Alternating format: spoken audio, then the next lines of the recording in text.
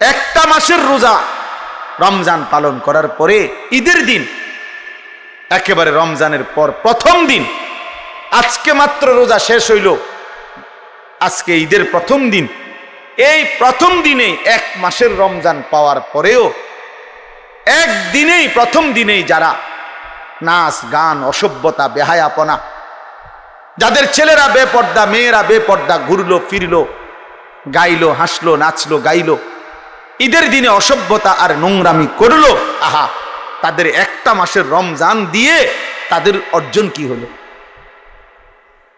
ইনসাফ চিন্তা করেন। একটা লোক বুঝি এক মাস ওষুধ খাওয়ার পরে ধারাবাহিক একটা দিনও আজকে মাত্র ওষুধটা বন্ধ করলাম, তো পরের দিনে বুঝি বমি করে দেয়। এক মাসের ওষুধ কি একদিনও কাজ করবে না? তাহলে একটা মাস রমজান রোজা রাখবার পরেও যেই ছেলেগুলো যেই মেয়েগুলো বেহায়া বেপর্দার ঈদের দিনে অসভ্যতা ছড়ায়া দিল, নাচলো গাইলো, মেয়েগুলো বেপর্দা ছুটলো, ছেলেগুলো এক ওয়াক্ত নামাজ পড়লো না, আহা বাপ, এখানেও যদি এমন কেউ থাকো, তোমারে আমি হাত জোড় করে বলি, বন্ধু বলো, এত বড় রমজান দিয়ে তোমার কি অর্জন হলো? মুসলমান এত বড় অসভ্য হয়?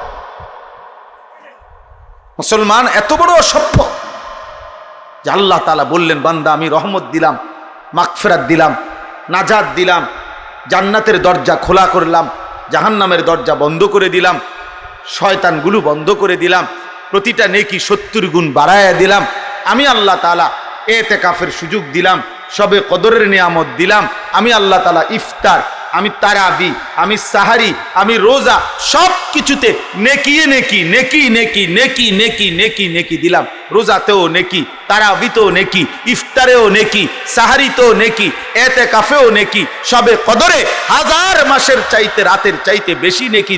এত কিছু দিয়ে তারপরেও তুই নাফরমানের মন গলাইতে পারলাম না, মাত্র চাঁদ উঠাইলাম, তুই সাথে সাথে আমার নাফরমানি আবার শুরু করে দিলি।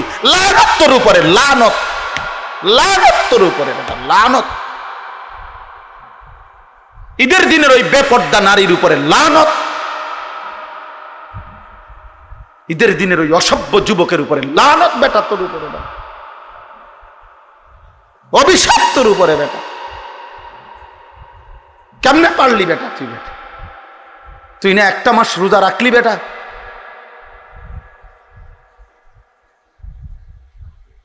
একদিনও কি মানুষ গুনার থেকে বাঁচে না? আল্লাহ আমাদেরকে বিবেক দান করেন, আল্লাহ আমাদেরকে বুঝ দান করেন। তাহলে আমার কথা শেষ। আল্লাহ তাআলা বলছেন, এই যে আয়াত আমি পড়ছি, এই আয়াতের মধ্যে আল্লাহ তাআলা বলছেন, ইউরিদুল্লাহু বিকুমুল ইউসরা ওয়ালা ইউরিদু বিকুমুল উসর। আল্লাহ বলে, বান্দা বিশ্বাস করো, শরীয়তের নামে, বিধানের নামে আমি কোনোটাই তোমাদের জন্য কঠিন করি নাই, সহজ করেছি, সহজ করেছি বান্দা। আমি একটা হুকুম আমার বান্দার উপরে আমি আল্লাহ কঠিন করি নাই, আমি সহজ করেছি। কাজেই বলি তুকমিলুল ইদ্দাতা, আমার রোজার মাসটা রমজান সবগুলো হুকুম আহকামের মাধ্যমে একেবারে গুনে গুনে পূর্ণ কইরো। আল্লাহ বলছে রোজা পুরা রাইখো, ইফতার, তারাবি, সাহারি, ইতিকাফ, শবে কদর, সবগুলো হুকুম আহকাম পূর্ণ আদায় করো। আর ওয়ালি তুকাব্বিরুল্লাহ আলা মা হাদাকুম, আমি যে তোমারে হেদায়েত দিলাম, রমজান দিলাম, এতগুলো নিয়ামতের, এতগুলো আমলের, এতগুলো নেকির সন্ধান দিলাম, এই জন্য ঈদের দিনে তুমি আমার তাকবীর আল্লাহু আকবারের আওয়াজ বুলন্দ করো। এই জন্য ঈদের দিনে আমরা কি পড়ি? সুন্নাত আল্লাহু আকবার, আল্লাহু আকবার, লা ইলাহা ইল্লাল্লাহু ওয়াল্লাহু আকবার, আল্লাহু আকবার ওয়ালিল্লাহিল হামদ। তাহলে আল্লাহ ঈদের দিনে বলল তাকবীর দিতে, তোমারে কি ডেকসেট বাজাইতে বলছে হারামি? তুমি ডেকসেট বাজাই লাগা, তুমি মানুষের বেটির ফিসে আট লাগা। তোমার মেয়ে বেপর্দা বের হলো কেন? এই বাপ, যাদের মেয়ে বেপর্দা বাইর হলো, আপনি কিসের বাপ হইলেন মিয়া? আকামলা মিয়া, কিসের বাপ হইলেন আপনি মিয়া? যার স্ত্রী বেপর্দা, তুমি বেটা কিসের স্বামী বেটা? তুমি অপদার্থ। আত্মমর্যাদা নাই বেটা তোর, বেটা গায়রত নাই বেটা তোর বেডিরে। সারা মহল্লার মানুষ দেখে বেটা, সব বখাটে দুশ্চরিত্র যুবক বেটা, টিটকারি মারে, ইটকারি মারে, তুই বেটা বে করে থাও বেটা, আহাম্মক বেটা। এ তো বেগায়রত মানুষ, আত্মসম্মানহীন মানুষ মিয়া। যার ভিতরে ভদ্রতা আছে, আত্মমর্যাদা আছে, তার স্ত্রী বেপর্দা হতে পারে না। যার ভিতরে প্রেস্টিজ আছে, প্রেস্টিজ, তার মেয়ে বেপর্দা হতে পারে না বেটা। এটা আত্মসম্মানের ব্যাপার। আমার মেয়ে গ্রামের সবাই, সব পোলাফাইন তার পিছনে হাঁটবে, তারে টিটকারি করবে, তা আমি কি বাপ হইলাম আবার? এটা ফরজে আইন না যে সবাইকে বাধ্যতামূলক এখনকার ওয়াজে যদি না বসে কবিরা গুনাহ হবে এমন কিছু না, সওয়াব হবে, আসলে শুনলে নিজের উপকার হবে। কিন্তু আল্লাহর কোরআনকে অবজ্ঞা করা, অবহেলা করা, এটা অনেক বড় অপরাধ। এজন্য এটা খুব জরুরি। আমাদের এই শুক্রবারে যে জুমার নামাজের বয়ান হয়, ইমাম সাহেব আমাদের ছেলেপেলেগুলো যদি একটু মনোযোগ দিয়ে শুনতো, তাহলে শুধু জুমার বয়ান দ্বারাই তাদের জিন্দিগি পরিবর্তন হতো। কিন্তু ছেলেপেলেদের মাথায় অবস্থা হলো এই যে শয়তান ইবলিস ওদের মাথার মধ্যে এটা ঢুকায় রাখছে যে ইমাম সাহেবের এসব কথা তোমার কোনো প্রয়োজনীয় বিষয় না। এগুলো ওনারা ওনাদের এগুলো বলে, বলতে হয় এই জন্য বলে, এটা ওনার চাকরি। শুক্রবার দিন কিছু কথা উনি বলতে হয়। কিন্তু বাস্তবিক অর্থে যদি বুঝতো কেউ যে না, এর মধ্যে আমার হেদায়েত আছে, আল্লাহর কথার মধ্যে আমার জীবনের জন্য দিক নির্দেশনা আছে, তাহলে বাস্তবিক অর্থেই তার জিন্দিগি বদলাইত।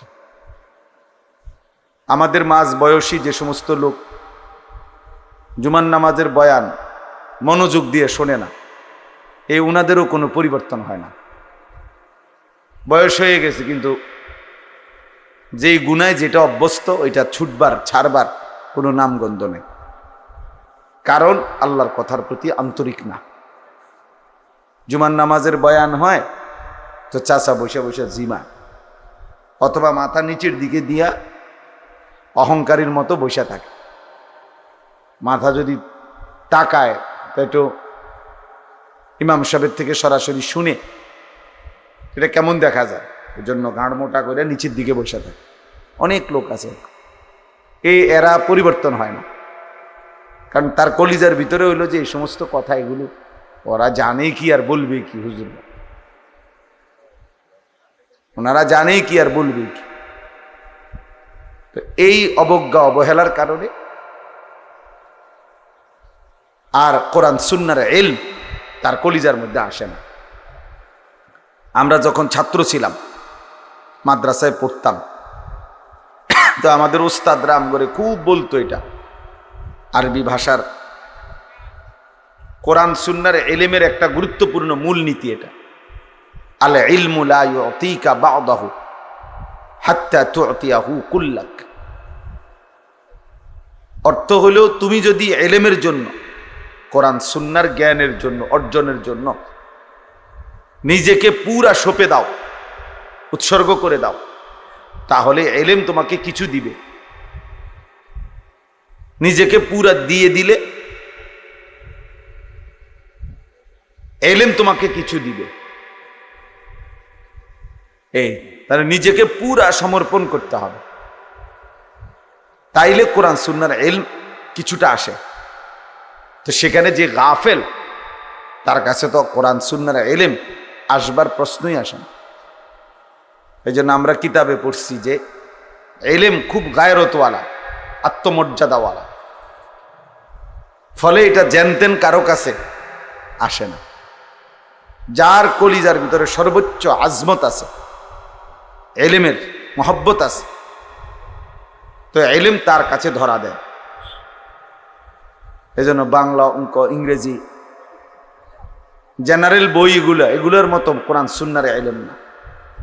এগুলো জানতেন ভাবে পড়লেই মুখস্থ হয়, জানতেন ভাবে পড়লেই এগুলো বুঝে আসে। এটা মানে আহামরি কিচ্ছু না। কোরআন সুন্নাহর ইলমের কাছে এক লাইনের কাছে জেনারেল শিক্ষার এই বই সবগুলো একত্র করলে তেমন কিছুই না। আমি এগুলো পড়ছি, আমিও মাস্টার্স পাস করছি, ও সায়েন্স বিজ্ঞান বিভাগ থেকে দাখিল এসএসসি পাস করছি, কাজে এই সম্পর্কে আমাদেরও আইডিয়া আছে। এই জন্য বললাম এ তেমন কোনো উল্লেখযোগ্য কিচ্ছু না। কোরআন এবং সুন্নাহর ইলম এটাই উচ্চ শিক্ষা, এটাই শ্রেষ্ঠতম ইলম, শ্রেষ্ঠতম জ্ঞান। এই জন্য এটা জানতেন কেউ অর্জন করতে পারে না। শতভাগ মহব্বত, শতভাগ আন্তরিকতা, শতভাগ একাগ্রতা, মনোযোগ হলে কিছুটা হয়, কিছুটা হয়, সামান্য অর্জন হয়। এর জন্য আমাদের কাছে আরবি কিতাব আছে। পূর্ববর্তী জামানায় ইলম অর্জনের জন্য আমাদের পূর্ববর্তী উলামায়ে কেরাম, মুহাদ্দিসিন, পূর্ববর্তী মনীষীগণ কি পরিমাণ ত্যাগ স্বীকার করছেন এর ইতিহাস অনেক লম্বা। মনে করেন আজকে যেই বুখারী শরীফ কোরআনুল কারীমের পরে শ্রেষ্ঠতম কিতাবের নাম বুখারী শরীফ, হাদিসের কিতাব। ইমাম বুখারী রাহমাতুল্লাহ আলাইহি লিখছেন, ওনার জীবনীতে আছে, উনি বলেন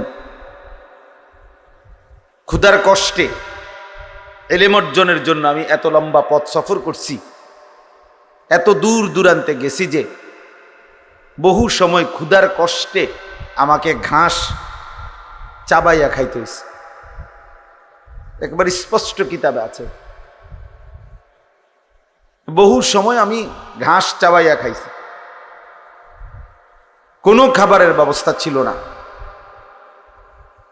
হযরত আবু হুরায়রা রাদিয়াল্লাহু তাআলা আনহু সাহাবীদের মধ্যে সবচেয়ে বেশি হাদিস বর্ণনাকারী। উনি বলেন এই বিপুল পরিমাণ হাদিস নবীজির থেকে সংগ্রহ করতে গিয়ে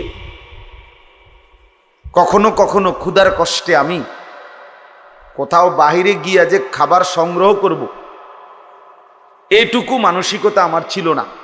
কারণ যদি আমার একটা রাসূলের একটা কথা ছুটে যায়, একটা বাণী যদি ছুটে যায়, তো এই জন্য উনি বলেন যে আমি কখনো কখনো মসজিদে নববীর বারান্দায় উপর হইয়া লম্বা হইয়া শুয়ে কাঁপতে থাকতাম। আর আমার সঙ্গী সাথীরা বলতো আবু হুরায়রার মনো মৃগী রোগ, খিঁচুনি রোগ। এই জন্য সবাই আমারে ঘাড়ে পিঠে হাত বুলাইতো আর বলতো আমার মৃগী রোগ আছে, খিঁচুনি রোগ আছে।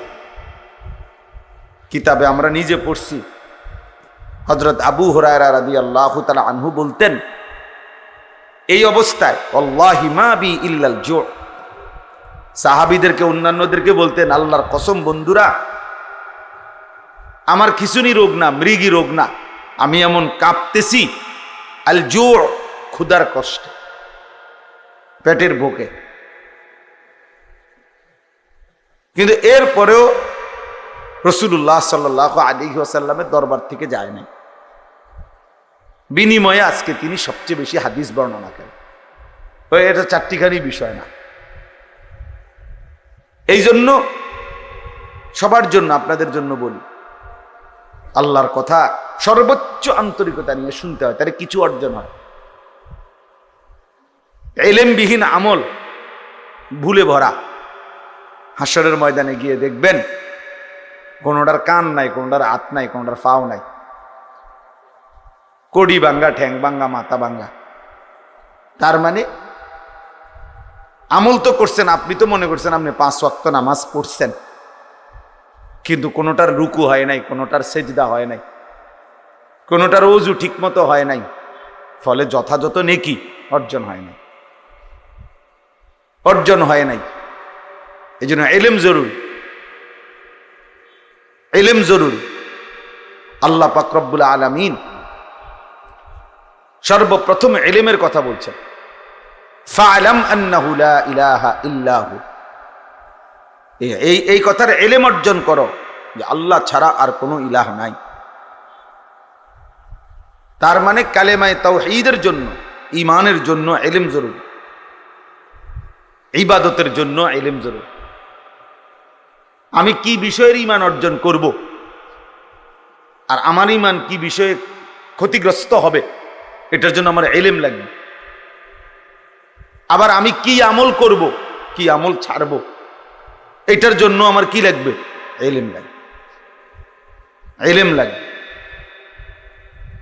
এজন্য আমার শায়েখ আল্লামা মুফতি মুশতাকুন নবী কাসিমি হুজুর বলে যে 4টা জিনিস খুব জরুরি। 1 নাম্বার হলো ইলম, 2 নাম্বার হলো ঈমান, 4 নাম্বার হলো আমল, 5 নাম্বার হলো তাকওয়া। 1 নাম্বার হলো ঈমান, লা ইলাহা ইল্লাল্লাহ মুহাম্মাদুর রাসূলুল্লাহ, এটা পূর্ণ বুঝে নেওয়া, শিখে নেওয়া, জেনে নেওয়া। এ শুধু লাইন এটা পড়তে পারার নাম যথেষ্ট না। তো প্রথম হলো ইলম, মানে আমার কি বিষয়ের উপরে ঈমান আনতে হবে, আমাকে কি কি আমল করতে হবে, এটা পূর্ণ জানা। এরপরে হলো ঈমান, এরপরে হলো আমল, আমার উপরে আল্লাহর হুকুম কি কি, নিষেধ কি কি।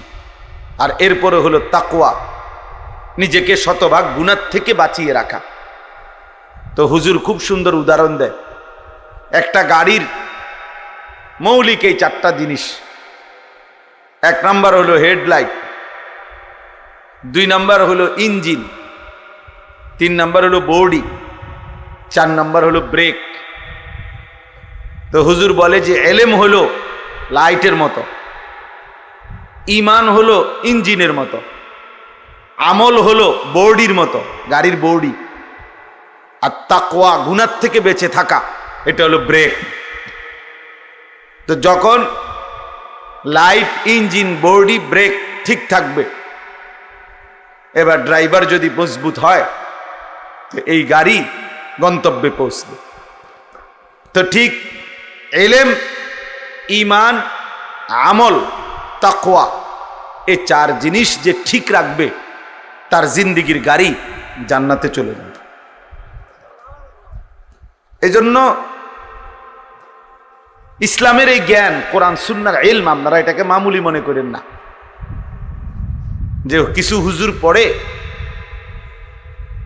ওনারা অল্প কিছু হুজুর কিছু পড়ে সরে মনো কোরআন কিতাব, এটুকুই যথেষ্ট না ভাইয়া।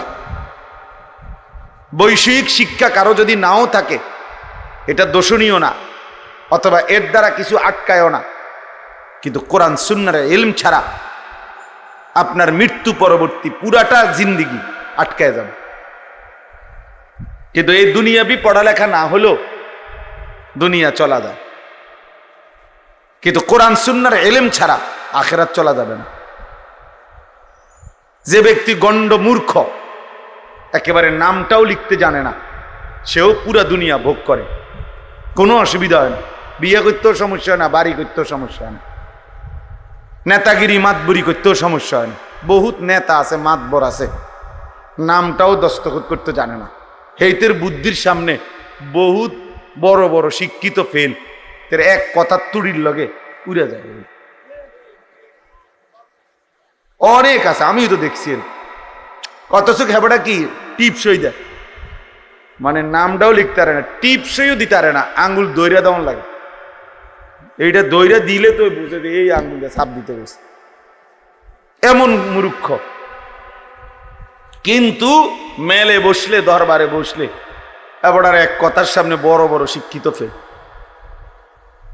তাইলে দুনিয়া ভোগ করার জন্য বৈশ্বিক শিক্ষা না হলেও চলে। দুনিয়া তো অন্ধ ব্যক্তিও ভোগ করে, দুনিয়া বোবা মানুষটাও ভোগ করে। যে বোবা, কথা বলতে জানে না, সেও দুনিয়া কামাই করতে পারে, সেও বিয়ে করে, বাচ্চা কাচ্চা হয়, সেও খাইতে পারে, ঘুমাইতে পারে। তাহলে দুনিয়া ভোগ করা একদম সহজ বিষয়, একটা মামুলি বিষয়। আপনি এত বুদ্ধি খাটাইয়া, এত পড়ালেখা করে, এত কিছু কইরা আপনি যেই ভাত মাছ খান, যেই চাল ডাল খান, সে মূর্খ মানুষ এড়িয়ে খায়।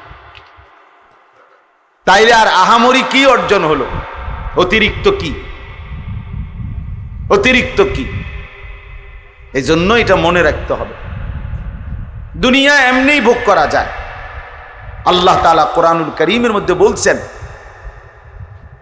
আমি আল্লাহ তাআলা আমার এই জমিনে যতটা প্রাণী সৃষ্টি করেছি প্রত্যেকের রিজিকের জিম্মাদারি আমি আল্লাহ তাআলা আমি নিজেই আমার কাঁধে তুলে নিলাম। ওয়ামা মিন দাব্বাতিন ফিল আরদি ইল্লা আলাল্লাহি রিজকুহা।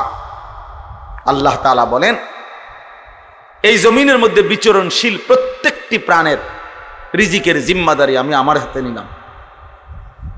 লা নাসআলুকা রিজকা। আরেক আয়াতে আল্লাহ বলে, আমি তোমাদের কারো কাছে এই সৃষ্টি জগৎকে রিজিক দিতে কারো সাহায্য চাই না, কেউ আমারে সহযোগিতা করতে হবে না। তোমরা যদি সবাই আতফাও সাইরা বইয়াও থাও, এরপরও আমি আল্লাহ তাআলা প্রত্যেকের রিজিক আমি একাই পৌঁছাবো। নাহনু নারযুকুক, আমি রিজিক দেব। কেউ যদি মনে করেন আমরা কাম বন্ধ করে দিলে চাই করতে আইয়ে বাত, আপনি বইয়ে থাকেন না, দেখেন না বাত করতে গাই।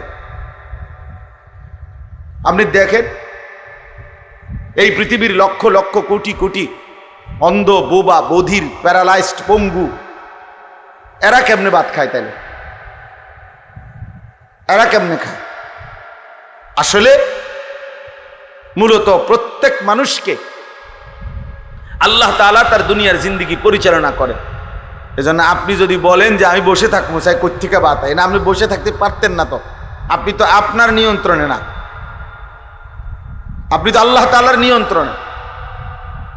তো যার জন্য আল্লাহ তাআলা কাজ করাবে, যারে দিয়া ফায়সালা করছে, তাকে দিয়ে তো আল্লাহ ওই কামটা করাইবেই। আপনি হইয়া থাকবেন কেমনে? আর যাকে দিয়ে করাবে না, সে হাজার লাফাইলে কি লাভ হইবে? তো কাজটা আল্লাহ তাকে দিয়ে করাবে না, সে এটা কোত্থেকে করবে? কিভাবে করবে সে? তাহলে এই সৃষ্টি জগতের প্রতিটা নড়াচড়া এটাও তো আল্লাহ তাআলার নিয়ন্ত্রণ, আল্লাহ তাআলার সিদ্ধান্ত। নাহনু কাসামনা বাইনাহুম মাঈশাতাহুম ফিল হায়াতিদ দুনিয়া। কোরআনুল কারীমের মধ্যে আল্লাহ তাআলা বলেন, এই দুনিয়ার জীবনের মধ্যে আমি আল্লাহই প্রত্যেকটা মানুষের জীবিকার উপার্জন কে কোনটা করবে, কিভাবে, কে দেশে কে বিদেশে, কে এই কাজ কে ওই কাজ, সব কিছু আমি আল্লাহ কাসামনা, আমি আল্লাহই বন্টন করে থাকি। বন্টন করে, এটা আমি বন্টন করি। একজন চেয়ারম্যানকে নাই তো আপনি দায়িত্ব দিয়া দেখেন যে এই এলাকার মধ্যে 2000 ভোটার, সবাই ভোট দিয়ে আপনারে নির্বাচিত করছে। এখন এই এলাকার মধ্যে আমাদের 20 রকমের কাজ দরকার। কিছু লোক দরকার রিক্সা চালাবে, কিছু লোক দরকার যারা দোকানদারি করবে, কিছু লোক দরকার যারা টয়লেট বাথরুম সাফ করবে, কিছু লোক দরকার যারা জুতা সিলাবে, কিছু লোক দরকার যারা অফিস আদালত করবে, কিছু লোক দরকার যারা শিক্ষা প্রতিষ্ঠান চালাবে। এখন আমনে চেয়ারম্যান, আমনে ভাগ করে দেন কে কোনটা করতো। রিক্সা চালাইতো কে আর জুতা সিলাইতো কে, আমনে ঠিক করে দেন। তো চেয়ারম্যান যদি এটা ঠিক করতে বসে, তো যার নামে প্রথম লিখবে যে তুমি রিক্সা চালাইবা, হেতে কি বলবো কি আমি কি ভোট অর্ধেক দিছি বেটা, আমার পয়লা রিক্সাটা আমার কান্দে দিলা, আমার একটা প্রাইভেট কার দিতে না। তাহলে চেয়ারম্যানের 5 বছর না 25 বছর যাবে গা এই কাজ বন্টন করে দিতে, এই পিডাপিডিতে তো এবার যান শেষ হয়ে যাবে। সে কিভাবে সম্ভব? জীবনেও পারবে না, কোনোদিনও পারবে না। বরং আল্লাহই কুদরতি ভাবে প্রত্যেকের কলিজার ভিতরে এক একজনের এক একটা কাজের প্রতি আল্লাহ তাআলা আগ্রহ দিয়া দেয়। ফলে দেখা যায় আপনার কাছে মনে হয় এটা কি পরিমাণ কষ্টের কাজ, আবার ওইটা আমারটারে মনে হয় কি পরিমাণ কষ্টের কাজ। আল্লাহর কুদরত। এজন্য দোস্ত, এই পৃথিবী আল্লাহ তাআলাই পরিচালনা করে, আল্লাহ তাআলাই পরিচালনা করে। আমাদেরকে সৃষ্টি করেছেন আল্লাহ তাআলা, এবং আমাদের সমস্ত নড়াচড়া কর্মকাণ্ড এই পৃথিবীর জাররা জাররা বিন্দু বিন্দু আল্লাহই সৃষ্টি করেছেন, তিনিই পরিচালনা করছেন। অতএব আমার যে কথাটা দিয়ে আমি শুরু করছিলাম, ইলম দরকার, কোরআন সুন্নাহর ইলম দরকার, আমাদের আখিরাতের জন্য ইলম দরকার। দুনিয়া দোস্ত এমনি চলে যায়, এ দুনিয়া প্রত্যেকেই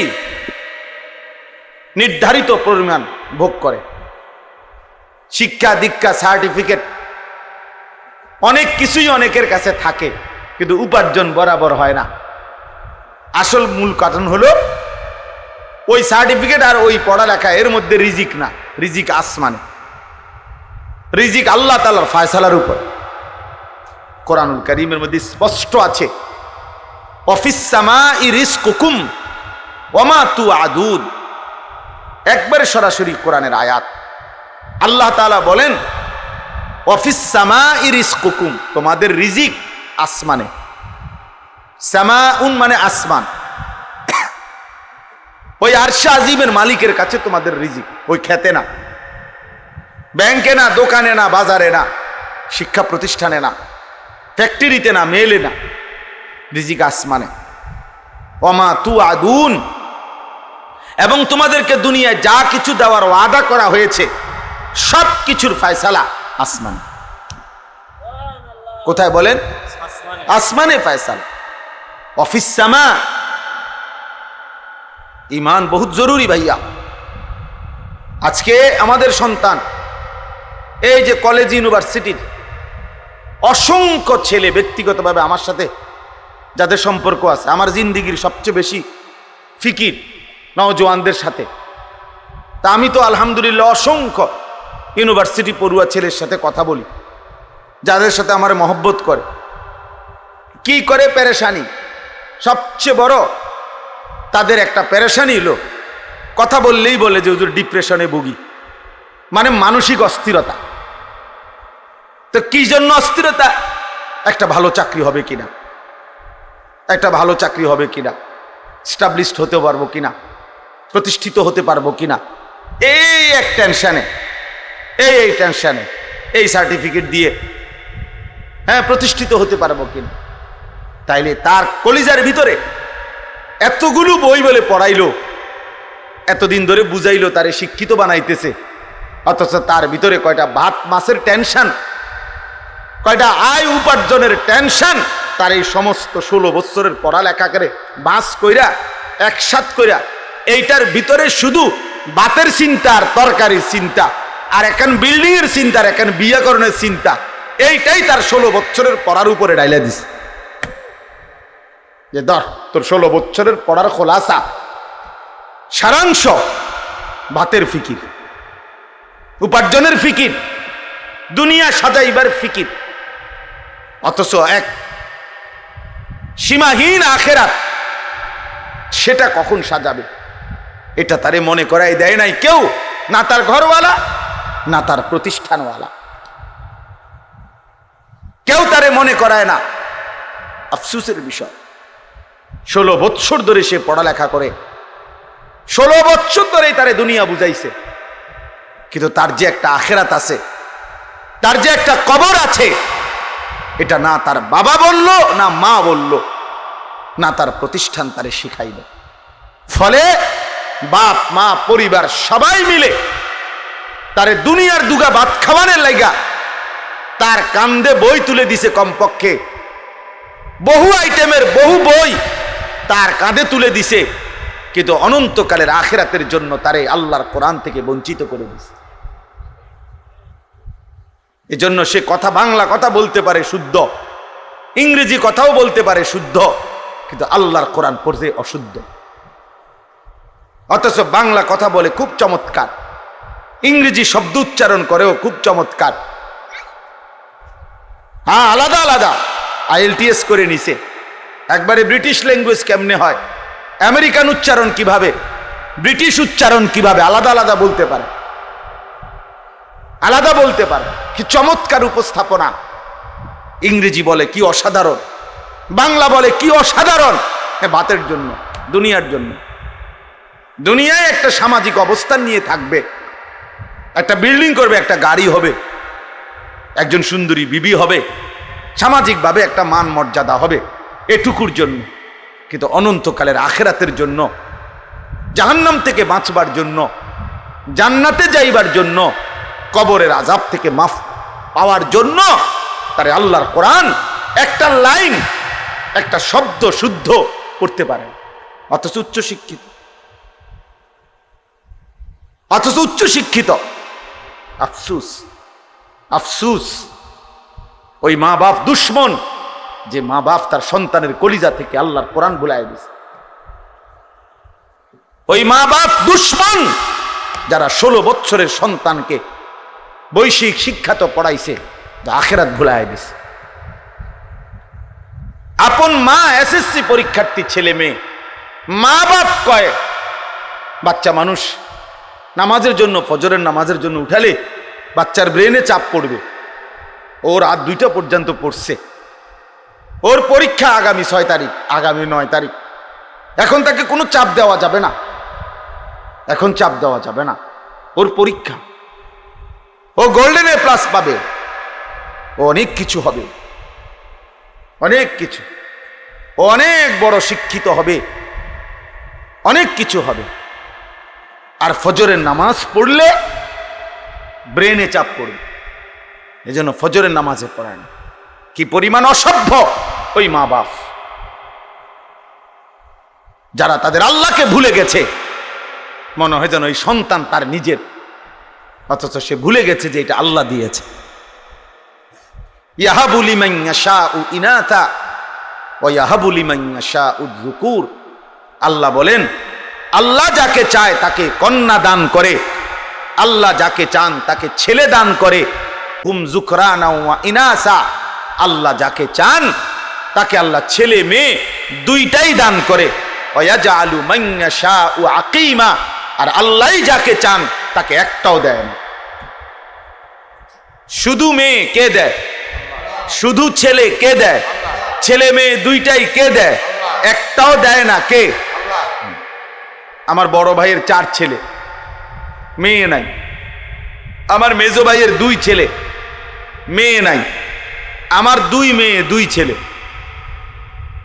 তাহলে এরম হইল কেন? আমরা একমার ঘরে ভাই, এমন হইল কেন? আমার আপন 2 ভাগ্নি, যমজ, যমজ বোন, ওরা আপন জন। তো একজনের 2টা মেয়ে আছে, বিয়ে দিছে, একজনের 2টা বাচ্চা আছে, আরেকজনের একটাও সন্তান নেই। তাই এমন কেন? কারো 18 বছরে একটা সন্তান নাই, কারো 18 বছরের ভিতরে 6 জন হয়ে যাওয়ার কারণে স্বামী বউরে কত মন্দ সুন্দ বলে। কথার কথা, কারো 18 বছরের সন্তান হয়েছে 6টা, কারো 18 বছরের সন্তান হয় নাই একটাও। তার সবটা ফয়সালা কা? সন্তান দিলেন যিনি, আজ তাকে সেজদা দিলে তার ব্রেনে চাপ পড়বে। তোমার মতো অসভ্য মা বাপ, তুমি দুশ্মন ওই সন্তানের, যে তাদেরকে আখিরাত থেকে বঞ্চিত করে দিয়েছে,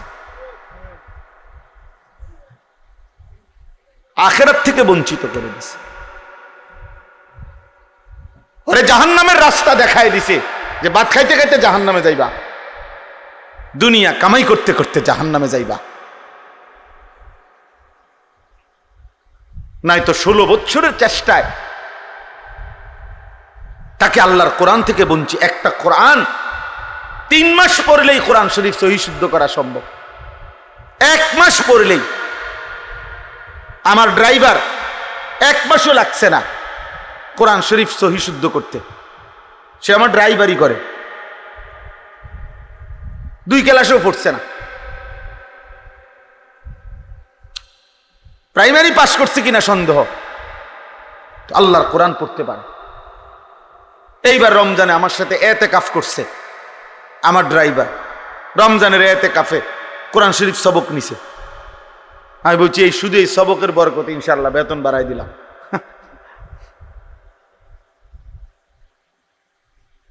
তা এই জন্য বললাম আল্লাহর কোরআন থেকে। অথচ আল্লাহ তাআলা কোরআনুল কারীমের মধ্যে বলছেন, ওয়ালাকাদ ইয়াসসারনাল কোরআনা লিযিকর, আমি কোরআন সহজ করে দিয়েছি, সবার জন্য সহজ, শেখার জন্য, পড়ার জন্য, বুঝার জন্য। এই জন্য প্রিয় ভাই আমার, এ যে কয়জন নওজোয়ান ভাই বসছো এখানে, স্কুল পড়ুয়া, কলেজ পড়ুয়া, ইউনিভার্সিটি পড়ুয়া, আমি অনুরোধ করি সবার কাছে, আল্লাহর কোরআন পড়েন, রাসূলুল্লাহ সাল্লাল্লাহু আলাইহি সাল্লামের এক এক হাদিস পড়েন, কোনো না কোনো ভাবে। সব পড়া ছেড়ে দিতে বলি না আমি, স্কুল পড়া বন্ধ করে দেন, কলেজ পড়া বন্ধ করে দেন, আমি এটা বলি না, কসম আল্লাহর আমি এটা বলছি না। পরে কোনো সমস্যা নাই, পড়ো ভাইয়া, কোনো অসুবিধা নাই, তুমি আরো পড়ো, আরো পড়ো, আরো পড়ো, পড়াই তো দরকার। এই পৃথিবীতে সবচেয়ে প্রথম সবচেয়ে বেশি পড়ালেখার গুরুত্ব দিয়েছে যেই ধর্ম, সেটা ইসলাম। ইসলাম যেদিন পৃথিবীতে আমাদের নবী সাল্লাল্লাহু আলাইহি ওয়াসাল্লামের মাধ্যমে আল্লাহ তাআলা যেদিন পৃথিবীতে এই ইসলামকে, এই দ্বীনকে পরিচিত করছেন, সেদিনের প্রথম শব্দই ছিল ইকরা। এই কথার দ্বারাই ইসলাম পৃথিবীতে কি হয়েছে? আলোর মুখ দেখলো। এই কথার দ্বারাই কোরআন নাজিল শুরু হইল। এই কথার দ্বারাই পৃথিবীবাসী জানলো যে তিনি আল্লাহর রসুল। তাইলে ইকরা, পড়ো, পড়ুন। তাহলে প্রথম দিনে ইসলামের সবক পড়া। পড়তে তো নিষেধ না, পড়তে তো মানা না, কিন্তু আল্লাহকে ছেড়ে দেওয়া কেন? কোরআনকে ছেড়ে দেওয়া কেন? নামাজকে ছেড়ে দেওয়া কেন? আখিরাতকে ভুলে যাওয়া কেন? তাইলে এটা কি শিক্ষা হইল? কি শিখানো হইল? এই জন্য আমি আপনাদের কাছে এতগুলো কথা বলার দ্বারা আমার উদ্দেশ্য এই কথা বুঝানো, প্রত্যেকে, বাবারা, চাচারা, বয়স্করা, যে মুসলমান সে মূর্খ হইতে পারে না। কোরআন শরীফ পড়তে জানে না, কোরআন শরীফ দেখে দেখেও পড়তে পারে না, এটা কোনো জাতের মুসলমান না, এটা প্লাস্টিক, এটা ভাত খাই না মুসলমান, ফালতু লোক, এটা আকামলা মানুষ। এটা করে কোনো জীবনের কোনো নিজের ধর্মের কোনো গুরুত্বই বোঝে নাই এ বেটা। এ রাসূলুল্লাহ সাল্লাল্লাহু আলাইহি সাল্লামের মহব্বত, আল্লাহর কোরআন যে দেখে দেখেও পড়তে পারে না, আমি বললাম তার কলিজার ভিতরে আল্লাহর রসুলের ভালোবাসা বলতে কিচ্ছু নাই, কিচ্ছু নাই, কিচ্ছু নাই, কিচ্ছু নাই মিয়া। আমি বললাম, আপনি চ্যালেঞ্জ করেন, আমার নাম আনিসুর রহমান, আমি বললাম। কারণ রাসূলুল্লাহ সাল্লাল্লাহু আলাইহি সাল্লাম এই পৃথিবীতে, কোরআনুল কারীমে আল্লাহ তাআলা 4 বার বলছে এই পৃথিবীতে নবীজিকে, রসুলকে আমি পাঠিয়েছি এক নাম্বার যে উদ্দেশ্য, সেটা হলো ইয়াতলু আলাইহিম আয়াতিহি, কোরআনুল কারীমের তেলাওয়াত। নবীর সাথে উম্মতের প্রথম সম্পর্ক কোরআনের তেলাওয়াত, প্রথম সম্পর্ক কোরআনুল কারীমের তেলাওয়াত। জানেন না, রাসূলুল্লাহ সাল্লাল্লাহু আলাইহি সাল্লামের সাথে কোনো সম্পর্কই আপনার হলো না, আপনি তো প্রথম নাম্বারে ফেল। কোরআন শরীফের আয়াত, লাকাদ মান্নাল্লাহু আলাল মুমিনিন ইদ বাআসা ফীহিম রাসূলাম মিন আনফুসিহিম ইয়াতলু আলাইহিম আয়াতিহি।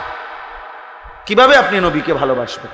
নবীজির 1 নম্বর মিশন ছিল কোরআন তিলাওয়াত। আমার শায়েখ আল্লামা মুফতি মুশতাকুন নবী সাহেব হুজুর এটা বুঝায় বলছে যে মানুষের মধ্যে সম্বোধন 3 ধরনের, আমি, তুমি, সে।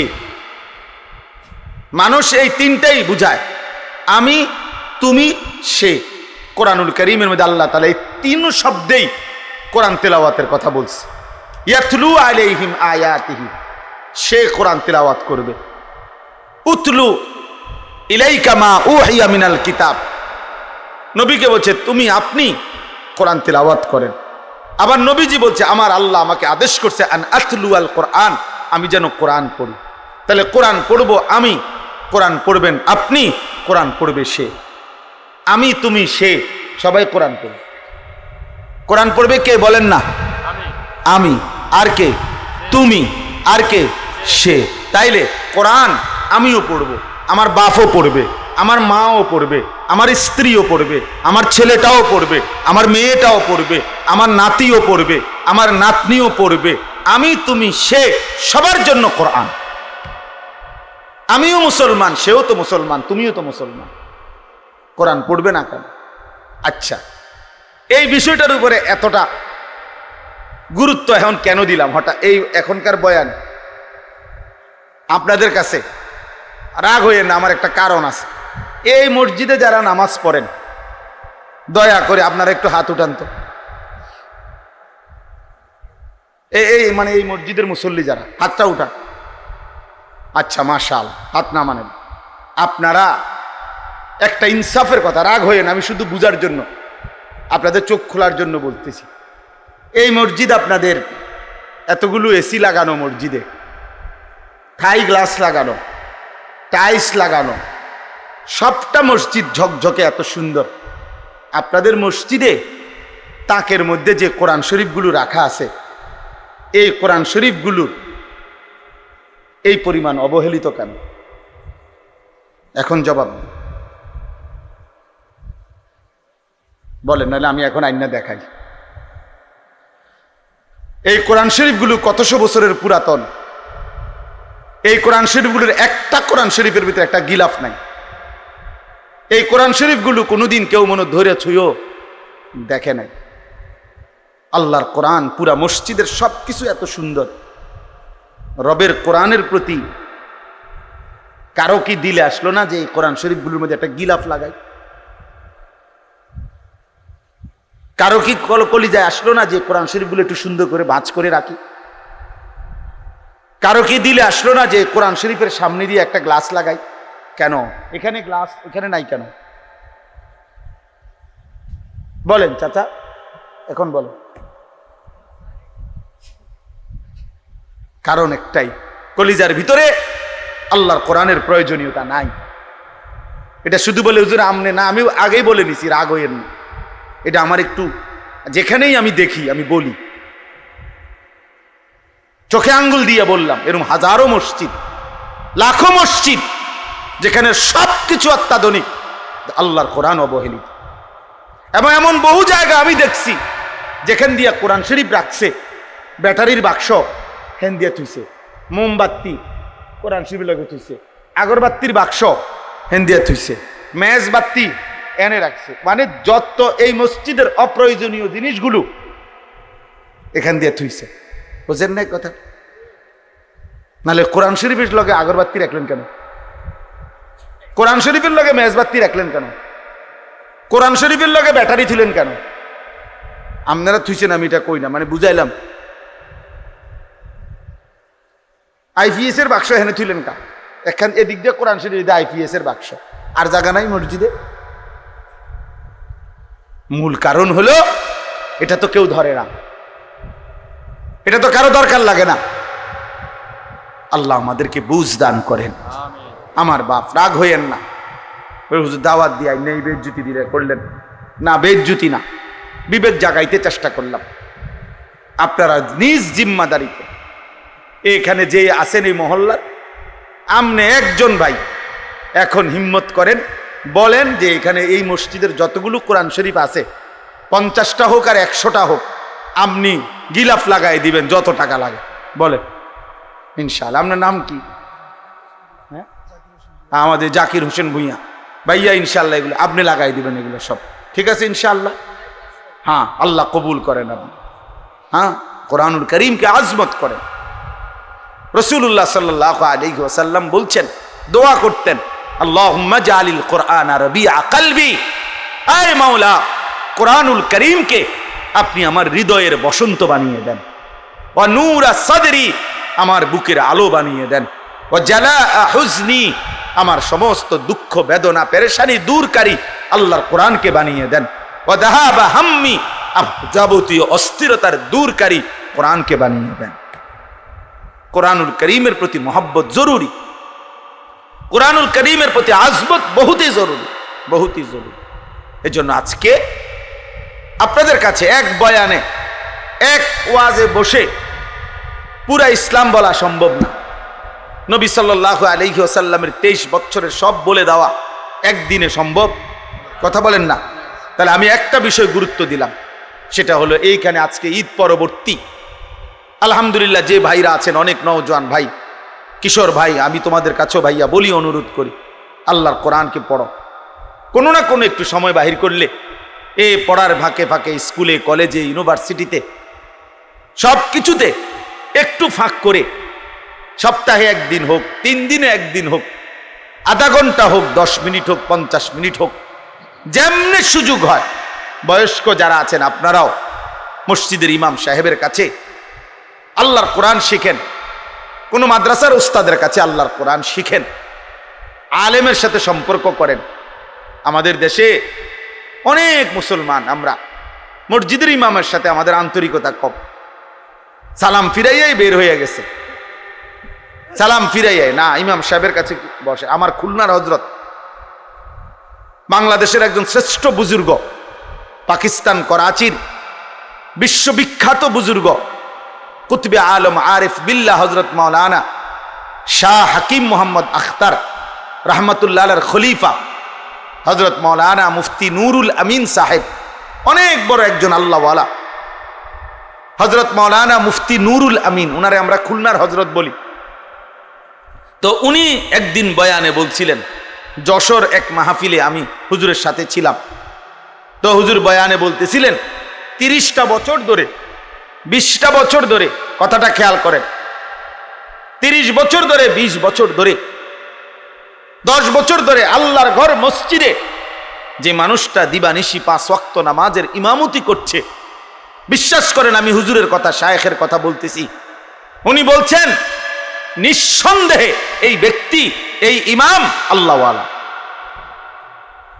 আল্লাহওয়ালা। তাকে কদর করা উচিত, তাকে ভালোবাসা উচিত, তাকে শ্রদ্ধা করা উচিত। হ্যাঁ, হঠাৎ করে আসা বক্তার কপালে জোটে 50,000 টাকা, কিন্তু ইমাম সাহেবের কপালে জোরে কেনা 200 টাকা। কেন? কারণ উনি যে ফরজ নামাজের ইমামতি করে, এই জন্য এটা অন্যায় হয়েছেও না। অথচ ফরজ নামাজের দাম বেশি না, কথা বলেন না কেন? তো ইমামের দাম বেশি। আল ইমাম ওয়ামিন, আল্লাহ নবী সাল্লাল্লাহু আলাইহি ওয়াসাল্লাম বলছেন, ইমাম পুরা মহল্লাবাসীর জিম্মাদার, তাদের ঈমান, আমল, আখলাক, আখিরাত সর্ববিষয়ের পাহারাদার। নবী সাল্লাল্লাহু আলাইহি ওয়াসাল্লাম আলাদা দোয়া করছেন, আল্লাহুম্মা রশিদিল আইম্মা, আল্লাহ ইমামদেরকে আপনি হেদায়েতের রাস্তা, কল্যাণের রাস্তা আপনি দেখান। কারণ তার পিছনে মানুষ অনুসরণ করে, তাকে মানুষ অনুসরণ করে। এই জন্য মসজিদের ইমামের সাথে সম্পর্ক বাড়ান, আলেম দ্বীনের সাথে সম্পর্ক বাড়ান, একটা একটা মাসআলা শিখেন, একটা একটা শব্দ শিখেন, নিজের রুকুটা একজন আলেমকে দেখান যে হুজুর আমার রুকু হয় কিনা, আমার সেজদা হয় কিনা, আমার নামাজ হয় কিনা, আমার ওযু হয় কিনা, আপনি একবার দেখায় নেন। হ্যাঁ, বলে হুজুর ছোটবেলায় তো আমি মক্তবে শিখছি। ঠিক আছে বাবা, মক্তবে শিখলেও তো আজকে 40 বছর হয়ে গেছে, 50 বছর পরে আপনার বেখেয়ালে কোনো ভুল তো থাকতে পারে। এখন যদি শুধরায় নেয়, আখিরাত সুন্দর হয়ে গেল, কবরে গিয়া অনুভব করিলে সুন্দর করার তো আর সুযোগ হলো না। পরকালে গিয়ে তো আপনি বুঝবেন, কিন্তু সব লাভ তো হবে না।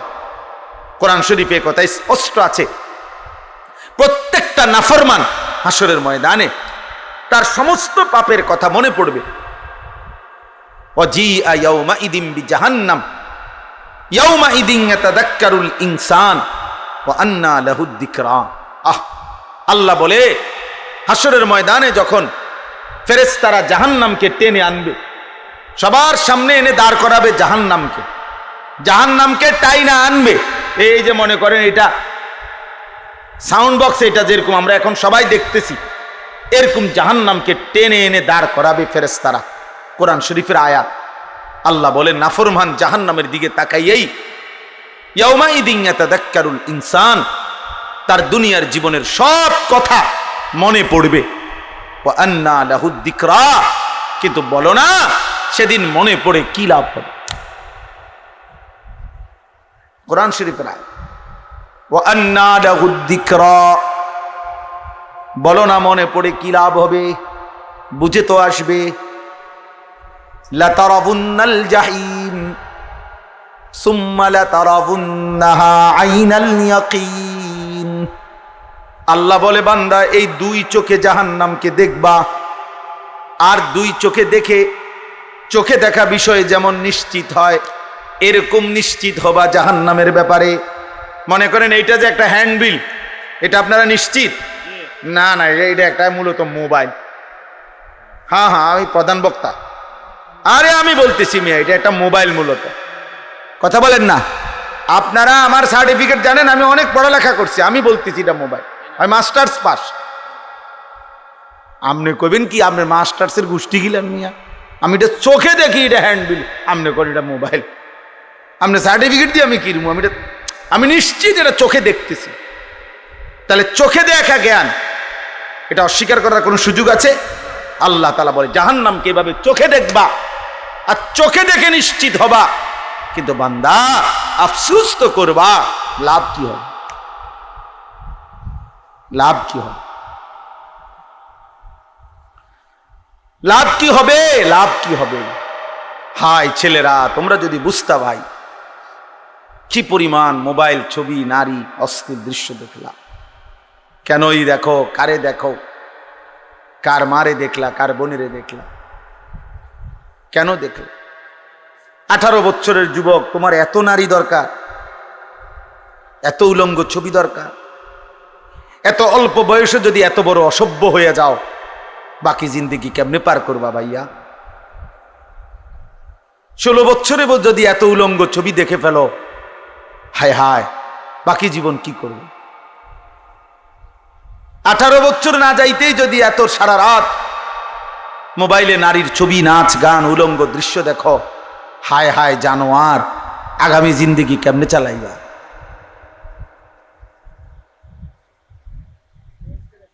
হ্যাঁ, একটা মাসের রোজা রমজান পালন করার পরে ঈদের দিন, একেবারে রমজানের পর প্রথম দিন, আজকে মাত্র রোজা শেষ হইল, আজকে ঈদের প্রথম দিন।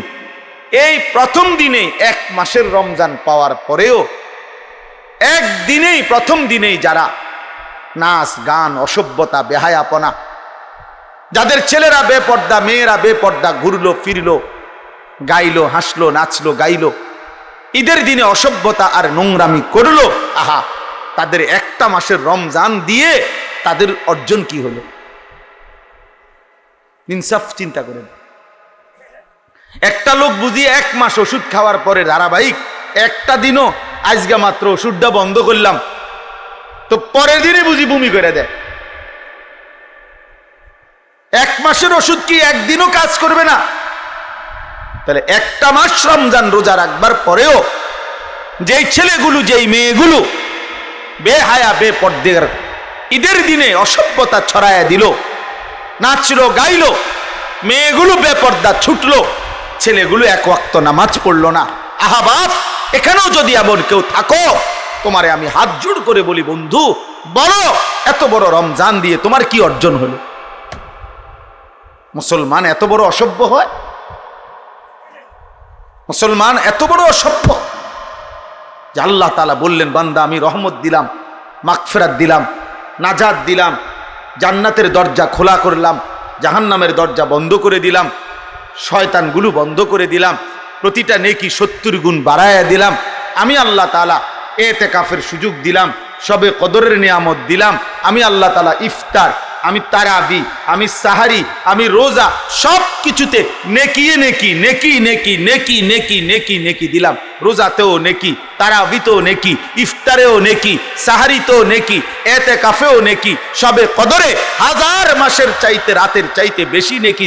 এত কিছু দিয়ে তারপরও তুই নাফরমানের মন গলাইতে পারলাম না, মাত্র চাঁদ উঠাইলাম, তুই সাথে সাথে আমার নাফরমানি আবার শুরু করে দিলি। লানত তোর উপরে, লানত, লানত তোর উপরে, লানত। ঈদের দিনের ওই বেপর্দা নারীর উপরে লানত, ঈদের দিনের ওই অসভ্য যুবকের উপরে লানত, বেটা তোর উপরে, অভিশাপ তোর উপরে বেটা। কেমনে পারলি বেটা তুই? বেটা তুই না একটা মাস রোজা রাখলি বেটা?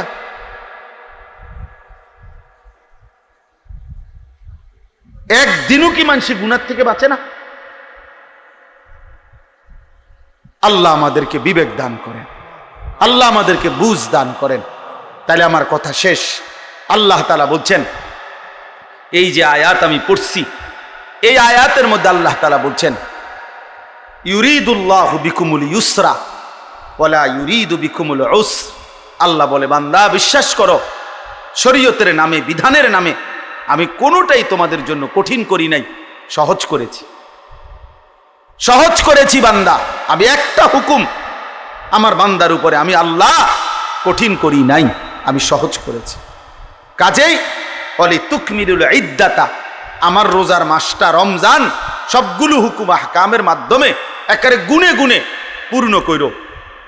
আল্লাহ বলছে রোজা পুরা রাইখো, ইফতার, তারাবি, সাহারি, এতেকাফ, শবে কদর সবগুলো হুকুম আহকাম পূর্ণ আদায় করো। আর অলি তুকাব্বিরুল্লাহ আলা মা হাদাকুম, আমি যে তোমারে হেদায়েত দিলাম, রমজান দিলাম, এতগুলো নিয়ামতের, এতগুলো আমলের, এতগুলো নেকির সন্ধান দিলাম, এই জন্য ঈদের দিনে তুমি আমার তাকবীর আল্লাহু আকবারের আওয়াজ বুলন্দ করো। এই জন্য ঈদের দিনে আমরা কি পড়ি? সুন্নাত আল্লাহু আকবার, আল্লাহু আকবার, লা ইলাহা ইল্লাল্লাহু ওয়াল্লাহু আকবার, আল্লাহু আকবার ওয়ালিল্লাহিল হামদ। তাহলে আল্লাহ ঈদের দিনে বলল তাকবীর দিতে, তোমারে কি ডেক্সেট বাজাইতে বলছে হারামি? তুমি ডেক্সেট বাজাই লাগা, তুমি মানুষের বেটির ফিসে আট লাগা। তোমার মেয়ে বেপর্দা বের হলো কেন? এই বাপ, যাদের মেয়ে বেপর্দা বাইর হলো, আপনি কিসের বাপ হইলেন মিয়া? আকামলা মিয়া, কিসের বাপ হইলেন আপনি মিয়া? যার স্ত্রী বেপর্দা, তুমি বেটা কিসের স্বামী বেটা? তুমি অপদার্থ, আত্মমর্যাদা নাই বেটা তোর, বেটা গায়রাত নাই বেটা তোর বেডিরে। সারা মহল্লার মানুষ দেখে বেটা, সব বখাটে দুশ্চরিত্র যুবক বেটা, টিটকারি মারে, ইটকারি মারে, তুই বেটা বে করে থাও বেটা, আহাম্মক বেটা। এ তো বেগায়রত মানুষ, আত্মসম্মানহীন মানুষ মিয়া। যার ভিতরে ভদ্রতা আছে, আত্মমর্যাদা আছে, তার স্ত্রী বেপর্দা হতে পারে না। যার ভিতরে প্রেস্টিজ আছে, প্রেস্টিজ, তার মেয়ে বেপর্দা হতে পারে না বেটা। এটা আত্মসম্মানের ব্যাপার। আমার মেয়ে গ্রামের সবাই, সব পোলাফাইন তার পিছনে হাঁটবে, তারে টিটকারি করবে, তা আমি কি বাপ হইলাম আবার? আল্লাহ তাআলার জন্য বলছে ওয়ালি তুকাব্বিরুল্লাহ, তাকবীর বলো, তাকবীর, আল্লাহু আকবার বলো, আল্লাহু আকবার বলো। আমারে ডাকো ঈদের দিন, আমারে ডাকো ঈদের দিন, আমারে ডাকো। ঈদ কারো বাপের দেওয়া না, ঈদ আল্লাহর দেওয়া। কথা বলেন না? ঈদ রাসূলুল্লাহ সাল্লাল্লাহু আলাইহি ওয়াসাল্লামের ঘোষণা করা। তাহলে কারো মন মতো ঢাক বাজাইয়া, ঢোল বাজাইয়া, বাদ্য বাজাইয়া, গান বাজাইয়া, ডেক্সেট বাজাইয়া ঈদ পালন করিলা, গুনাহের মাধ্যমে ঈদ দিলেন আল্লাহ, আর আল্লাহর দেওয়া ঈদ পালন করিলা আল্লাহর নাফরমানির মাধ্যমে। এটা কি ইনসাফ? আস্তাগফিরুল্লাহ, এটা কিভাবে ইনসাফ হলো বলেন? আল্লাহ আমাদেরকে বিবেক দান করেন। ওয়ালাআল্লাকুম তাশকুরুন, আল্লাহ তাআলা বলেন, আর এই রমজান পেয়ে তুমি আমার শুকর আদায় করো। আমি তোমারে হায়াত দিছি, তুমি জানো পুরা রমজানে আমি বহু লোককে কবরে নিয়ে গেছি, কিন্তু তোমারে আমি মৃত্যু দেই নাই, পুরাটা মাস হায়াত দিলাম। অতএব এই পুরা মাসের হায়াত পেয়ে তুমি আমার শুকর আদায় করো যে আল্লাহ আপনি আমারে হায়াত দিছেন, আপনি আমারে বাঁচায় দিছেন, আপনি আমারে রহম করছেন, ফলে আমি রমজান পেলাম, রহমতের অংশও পাইছি, মাগফিরাতের অংশও পেয়েছি, নাজাতের অংশও পাইছি, শবে কদরের রাত্রিও জাগতে পারছি, এতেকাফও করতে পারছি, তারাবিও পড়লাম, ইফতারও করলাম, সাহারিও খাইলাম, রোজাও রাখলাম। মাওলা তোমার শুকর, মাওলা তুমি হায়াত না দিলে আমি কেমনে করতাম? তুমি জীবন না দিলে আমি কেমনে করতাম? আমি যেদিন চাঁদ উঠে এবছর, সেদিন আমি মদিনা শরীফ ছিলাম। এবার রমজানের চাঁদ উঠে যখন আমি উমরায় ছিলাম, তখন মদিনায় ছিলাম। আমার শায়েখ আল্লামা মুফতি মুশতাকুর নবী সাহেব সহ আমরা অনেক বিরাট কাফেলা তখন মদিনায় ছিলাম। তো মাগরিবের আগ টাইমে নবী সাল্লাল্লাহু আলাইহি সাল্লামের রওজা শরীফের পিছনে আমরা বসা। এই সময় মাগরিবের আজান হইছে, তো একটু দেরিতে নামাজ শুরু হইছে। ইমাম সাহেব রোজার উপরে যে আয়াত কুতিবা আলাইকুমুস সিয়াম, মাগরিবের নামাজে এটাই পড়ছে। আমরা বুঝছি চাঁদ উঠছে, নাই তো উনি এই আয়াত এখন পড়তো না। তো চাঁদ উঠছে, তো সালাম ফিরাইয়া এবার মুয়াজ্জিন জানাজার ঘোষণা দিছে। জানাজা মক্কা মদিনায় প্রত্যেক ওয়াক্তেই কি হয়? জানাজা হয়। তো জানাজার ঘোষণা দিছে, আর ঠিক ওই টাইমে আমার হুজুর আল্লামা মুফতি মুশতাকুন নবী সাহেব হুজুর আমার হাতে ধইরা বলতেছে, মাওলানা, একবারে কাঁদা কাঁদা সুরে, মাওলানা, এই মানুষগুলো এখন যাদের জানাজা হবে, আহা, গত 2 মাস যাবত তারাও রমজানের আশায় দোয়া করছিল, তারাও তো দোয়া করছিল, আল্লাহুম্মা বারিক লানা ফি রাজাবা ওয়া শাবান ওয়া বাল্লিগনা রমাদান। বলতেছে, মাওলানা, আজ তো চাঁদ উঠলো, কিন্তু তারা তো কবরে চলে, তারা তো রমজান পেল না। এজন্য বন্ধু, আল্লাহ তাআলা দয়া করে তোমারে আমারে রমজান দিছে, আল্লাহ হায়াত দিছে, ওয়া লাআল্লাকুম তাশকুরুন। এজন্য আল্লাহ বলছে, বান্দা, আমি হায়াত দিছি, আমি তৌফিক দিয়েছি, আমি সুস্থতা দিয়েছি, আমি আফিয়ত দিয়েছি, অতএব আমার শুকর আদায় করো, আমার বিরোধিতা করো না, আমার নাফরমানি করো না, আমার অবাধ্যতা করো না। অথচ আমরা এতটা মায়া করে আল্লাহ বললেন, আর আমরা ঈদের দিন মানে রমজান শেষ হইতে না হইতেই আল্লাহকে বৃদ্ধাঙ্গুলি দেখাইয়া আল্লাহর নাফরমানি শুরু করে দিন। আল্লাহ আমাদেরকে বুঝ দান করেন, আল্লাহ আমাদেরকে বিবেক দান করেন, গুনাহ থেকে বাঁচবার তৌফিক দান করেন। আজকে কি কথা হইল?